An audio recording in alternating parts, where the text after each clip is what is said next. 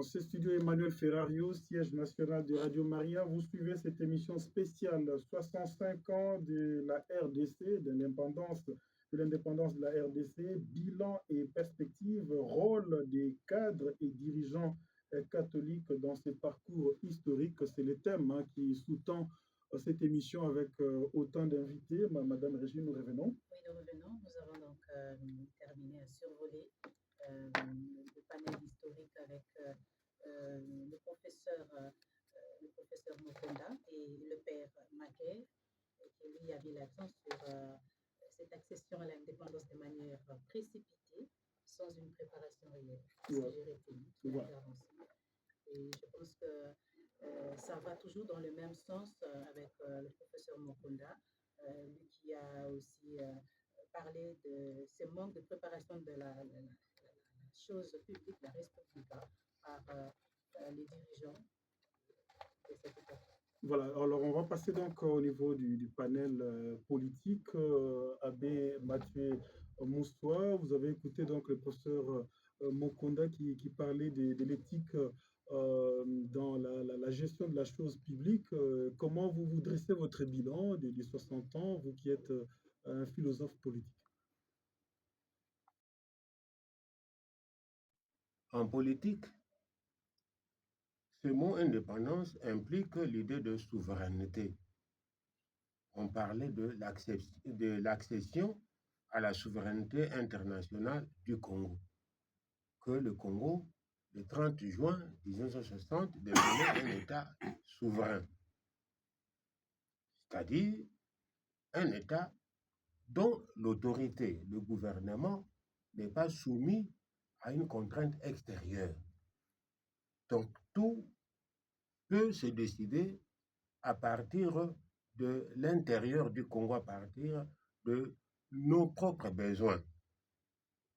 L'idée d'indépendance implique aussi l'idée d'autodétermination. L'autodétermination, c'est la faculté de décider, de choisir son projet de société. Cette qualité-là est déterminante. La liberté apparaît ici comme le facteur premier de l'indépendance. Alors, la liberté, c'est quoi?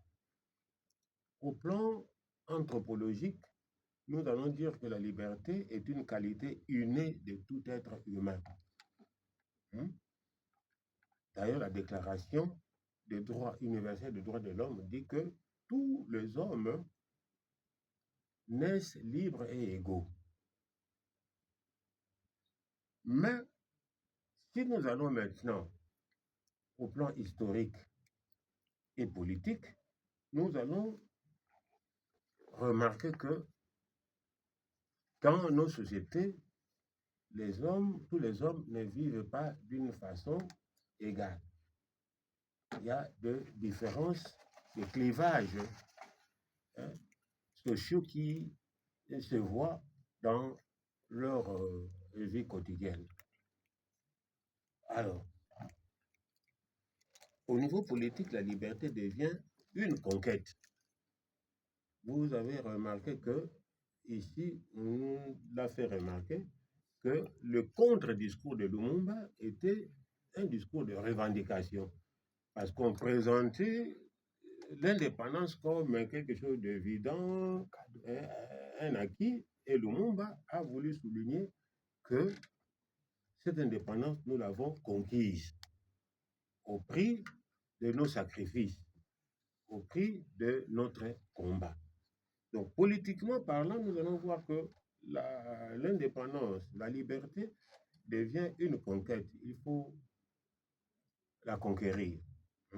Politique avec le professeur abbé Mathieu Moussoua, qui a mis l'accent sur une liberté qui doit se conquérir au jour le jour. Chaque jour, nous devons conquérir notre liberté. Et nous allons donc donner la parole à monsieur Faustin, professeur Faustin, vous avez la parole. Tendu du point de vue historique, tout ce qui a caractérisé l'homme congolais avant l'indépendance, le jour de l'indépendance et après, puisque nous parlons aussi de l'Église et du rôle des chrétiens dans ce qui s'est passé pendant l'indépendance et la suite, je pense que nous devons mettre un peu l'accent sur la compréhension même de ce que nous appelons politique. Il y a eu des aspirations au niveau du peuple congolais à ce moment-là, avant l'indépendance. Il y a eu des attentes et il y a eu des projections au niveau des acteurs politiques comme au niveau de l'Église. Nous avons entendu ici qu'autour de l'abbé à l'époque, Maloula, il y a eu un groupe de chrétiens catholiques qui se sont mis pour pouvoir réagir par rapport à la proposition de l'indépendance envisagée en 1985. Alors, maintenant, ces aspirations-là, j'aime bien le rappeler, ont été focalisées dans les textes que nous appelons l'hymne national, Debout Congolais. C'est fondamental. Parce que nous ne pouvons pas parler de l'indépendance du Congo sans nous référer à ces textes que moi je qualifie originels, qui traduit en fait les aspirations des pères de l'indépendance, de la population congolaise, qui se lance aussi, qui se jette dans le passé que l'homme congolais a connu et qui envisage un avenir. Et quand vous regardez ces textes-là, et vous voyez ce qui s'est passé le même jour, vous pouvez déjà vous poser la question, est-ce que la population qui dansait, qui jouait le 30 juin, avait-il compris d'abord le contenu de ces textes de l'hymne national, de Debout Congolais? Est-ce que la population était entrée dans la logique du message qui était traduit? Comprenez le sens de ces textes. Aujourd'hui, moi je me dis, voilà, le nœud du problème c'est là, je dis Debout Congolais, un projet de société trahi. C'est le point de départ. Un projet de société trahi. C'est réellement un projet de société qui montrait d'où partaient les Congolais, où voulaient-ils en arriver. Mais vite, nous avons entendu du point de vue historique que quelques jours seulement après la déclaration de l'indépendance, il y a eu une mutinerie. Cette mutinerie au niveau de la force républicaine, là où, comment on appelait ça? Force publique, ne s'est pas limitée seulement entre militaires. Mais il y a eu aussi une réaction des militaires contre les acteurs politiques. Donc, partant de la création de l'État indépendant du Congo, il n'y avait rien. Les premiers administrateurs, colonisateurs et autres ont fait des efforts en 1960 qui ont été détruits systématiquement de 60 à 65. Il y a eu une embellie de 65 jusqu'à vers 73. On a tout détruit et aujourd'hui, on est dépassé. Et c'est malheureux aujourd'hui, nos choix. Je ne parle pas des éléphants blancs. Quand vous allez à la Daïpen, si vous comprenez ce qui a été mis là-bas, il ne sert à rien, vous pouvez pleurer. Quand vous allez à Guadeloupe, vous visitez l'usine de Coca-Cola, un investissement fou qui ne sert à rien. Ici, vous venez à la sidérurgie de Maluku, il y a un investissement qui ne sert à rien. Donc, nous avons reculé. Voilà ce que je peux dire en termes de ça. Merci beaucoup, Papa Hyacinthe. Ces pays étaient les centres des rayonnements. J'ai entendu mon prédécesseur parler de l'Ovanium qui a tiré, c'est la première université catholique d'Afrique. Il y a eu déjà des universités dans les colonies françaises et anglaises, mais qui n'étaient pas des universités d'obédience catholique. Et l'Ovanium, avec Monseigneur Luc Gillon, et en 1957, la création de la faculté de théologie qui donne à cette université sa couleur catholique, eh bien, ça était un centre de rayonnement. Et même le niveau primaire et secondaire, le bilan de quelqu'un comme le père Ekwa, d'heureuse mémoire, les jésuites disaient vraiment, nous avons atteint jusqu'à plus de 90%, alors vraiment de scolarisation, mais aussi le budget de l'État, alors, était conséquent parce que si nous voulons une éducation de qualité, on allait jusqu'à plus de 20% dans le budget national, comme on voit dans les pays de l'Afrique de l'Ouest. Donc voilà, un premier moment d'investissement, de rayonnement de nos institutions d'éducation, et l'Église est là-dedans aussi, veiller à former l'homme dans sa double dimension, je dirais, horizontale, avoir des ingénieurs, des médecins, mais aussi dimension verticale. des valeurs, donner des valeurs. C'est pourquoi l'Ovanium dira science splendid conscience. Donc la science qui réjaillit, mais qui brille aussi avec la conscience, selon l'adage, science sans conscience n'est que ruine des l'âme. Et quand on va commencer la faculté de théologie qui deviendra l'Université catholique du Congo, on a pris toujours la lumière, lumen super flumen. Il faut une lumière, la lumière de la raison, mais aussi de la science, l'éthique, des valeurs. Voilà. Et donc, s'il faut dire quelque chose, donc l'Église aussi a travaillé dans ces milieux. Il faut voir les écoles primaires et secondaires. Pour Kinshasa, il faut citer, je cite Boboto, Elikia, Saint-Raphaël, Kabambare, Montemapiko, travailler à former l'élite des hommes et des femmes qui devaient prendre la gestion de la chose publique. Voilà, travailler, l'Église s'est investie jusqu'à ce que à peu près 50% de l'organisation de l'éducation nationale était entre les mains de l'Église catholique. Bon, voilà, on peut dire qu'on a travaillé, mais aujourd'hui, il y a beaucoup de recul. 65 ans, il faut quand même faire un bilan. Le bilan n'est pas simplement un bilan comptable en disant ça a marché, ça n'a pas marché, mais un bilan qui nous permettrait plutôt de faire un élan, de se projeter. Comme on dit toujours, je dis toujours, il n'y a pas d'avenir sans souvenir. Si nous nous souvenons de ces heures-là, de l'investissement, alors je voudrais aller dans le sens d'une éducation de qualité. Il y a des efforts qui se font aujourd'hui. On est descendu, à un moment donné, on est descendu jusqu'à 1% dans le budget national pour l'éducation. J'ai rencontré un ami ministre qui m'a dit, Monsieur l'abbé, vous savez, quelqu'un qui vient de sortir du coma, on ne peut pas lui demander de courir sans mettre plat. Donc, il faut nous donner les temps. Mais bon, voilà. Mais quel temps? Depuis qu'il m'avait dit ça, ça fait plus de 15 ans. Mais nous ne sommes pas encore arrivés. Donc, un premier point, c'est quel est le budget que nous donnons à l'éducation pour qu'il y ait une éducation de qualité, à tout niveau, maternelle, primaire, secondaire. Ensuite, quels sont nos programmes? Quel type d'hommes nous voulons former? On dit éduquer, c'est bâtir des personnalités, forger des tempéraments, donner des leviers et des piliers pour que les membres d'une communauté puissent vivre ensemble, puissent travailler, puissent espérer ensemble.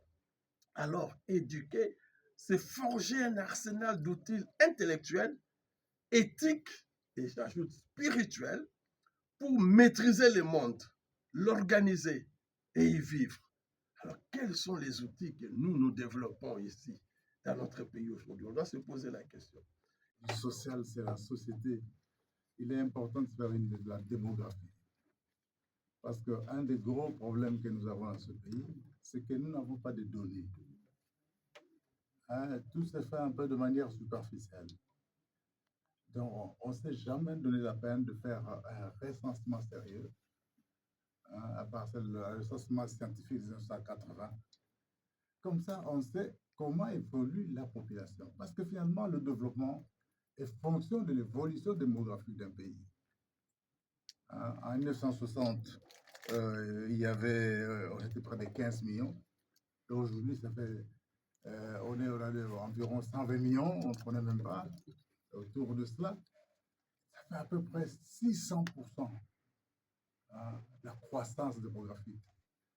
Mais comment est-ce que cette donne a été prise en compte par ceux qui ont eu à gérer les pays? Les panels socio-culturels, on va un peu plonger dans le monde de l'emploi. Et là, c'est Madame Daïna Maenga, ex-directrice régionale adjointe du Bureau international du travail BIT pour l'Afrique. Je vais enchaîner directement ou bien je laisse répondre? D'accord, une autre question. La crème des crèmes estime-t-elle que le Congo est réellement indépendant? On accuse souvent la crème des crèmes, les professeurs donc, d'être des grands destructeurs du pays. Quelle est leur part des responsabilités? Et qu'estime-t-il qu'il faille faire pour rectifier les tirs? Une autre question, pourquoi on dit que l'indépendance luttée par Lumumba était précoce et pourquoi les autres n'avaient pas continué le chemin des élites face à des impasses que souffraient nos ancêtres? Une autre préoccupation, celle de connaître l'apport du cardinal Malula à l'obtention de l'indépendance de la RDC, car jusqu'alors, le nom qui retentit, c'est toujours celui de Simon Kimbangu, d'après Patience Kabongo qui pose la question depuis la commune de Bumbu. Radio Maria en ce 30 juin 2025, 65 ans. Nous remercions donc tous les invités, n'est-ce pas, Madame Régine? Vous allez rappeler peut-être les noms de nos invités. Tout à fait, Maxime. Nous remercions le père Maker Manimba et le professeur Mokonda qui étaient dans les panels historiques. Nous remercions également l'abbé professeur Mathieu Moussois et le professeur Faustin Kwakwa qui faisaient partie du panel politique et judiciaire. Dans les panels économiques et infrastructures, nous remercions M. Simon Bosso et M. Hyacinthe Diogolo. Et pour finir, c'était donc le panel socio-culturel avec l'abbé recteur Léonard Santedi et le professeur Théophile Mbemba, sans oublier Madame Daïna Mayenga. Merci donc à toute cette équipe, toute l'équipe de la réalisation de cette émission. Nous disons d'abord merci à tous nos invités d'avoir répondu positivement à cet appel, à cette grande journée que nous avons d'une manière ou d'une autre célébré l'indépendance à Radio Maria, une première. Voilà, donc Maxime, merci à toute l'équipe qui a concouru à la réalisation de cette émission, notamment Bob Kilongo, Jonathan Luamba, Jonathan Tamboué, Grace Tawaba, Nancy Kiamba.